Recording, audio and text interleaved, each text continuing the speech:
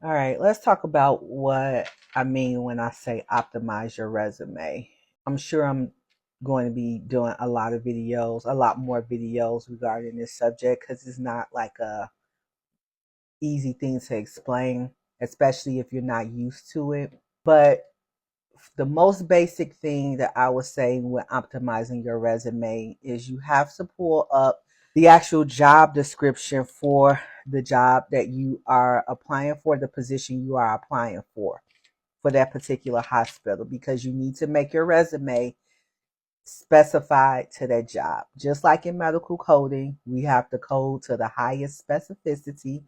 Your resume should be crafted to the highest specificity to fit that job. Your goal for your resume is to convey to the recruiter that you are in line with the culture of that job, of that organization. So it's going to cause you to do a lot of research. So when you're crafting your resume, first you need to go to the company's website.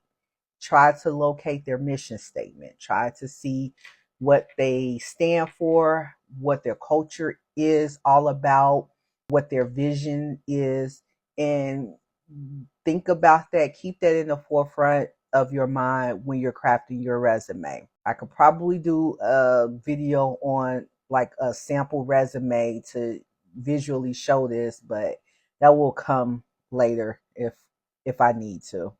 But pull up the job, pull up the website, check to see what their mission statement says, what their goals are, what their culture is like, something that shows you what this company stands for. And if anything resonates with you, if your values line up with their values, make sure that your resume reflects that as you're creating it. Next, when you are looking at the job, take note of the job description. Take note of the qualifications that they're asking for. Take note of the skills that they desire, that you possess. So it'll be easier to relate to the skills, because the skills usually are soft skills that all of us have acquired in our lifetime, in our career, which is like organizational skills, leadership skills, highly detailed, team player, able to work independently, stuff like that. But even though those seem generic and seem like cliche, they're actually really important in medical coding. As you guys could probably tell, I work from home and I have to be a highly motivated person to work independently from home. You have quite a few medical coding jobs that allow you to work remote. So it takes, special person to actually achieve that with success and stay, productive. Working from home sounds great in theory, but if you are a person that will be laxed and think that, oh, I can do my laundry, babysit, everything else and still be productive, you probably won't be successful, especially if you're a new coder, because it takes new coders some, time to get used to the coding charts. But nevertheless, make sure that you identify the skills that they are desiring in their job description. So if they say they want somebody that's highly motivated within one of your jobs that you are reporting on your resume, or however you format your resume, talk about how you did something that reflects that you were a highly motivated employee. If they talk about they want someone with great organizational skills, reflect what job, outline what task you had in a particular position or instance that allowed you to display yourself being highly organized, highly detailed, a team starter, a team player. Like, you need to really identify those and communicate those things through your resume. Also, to kind of combat the issue of having the 2 years or whatever years of experience, understand that even though the position may cause for 2 years experience in medical coding.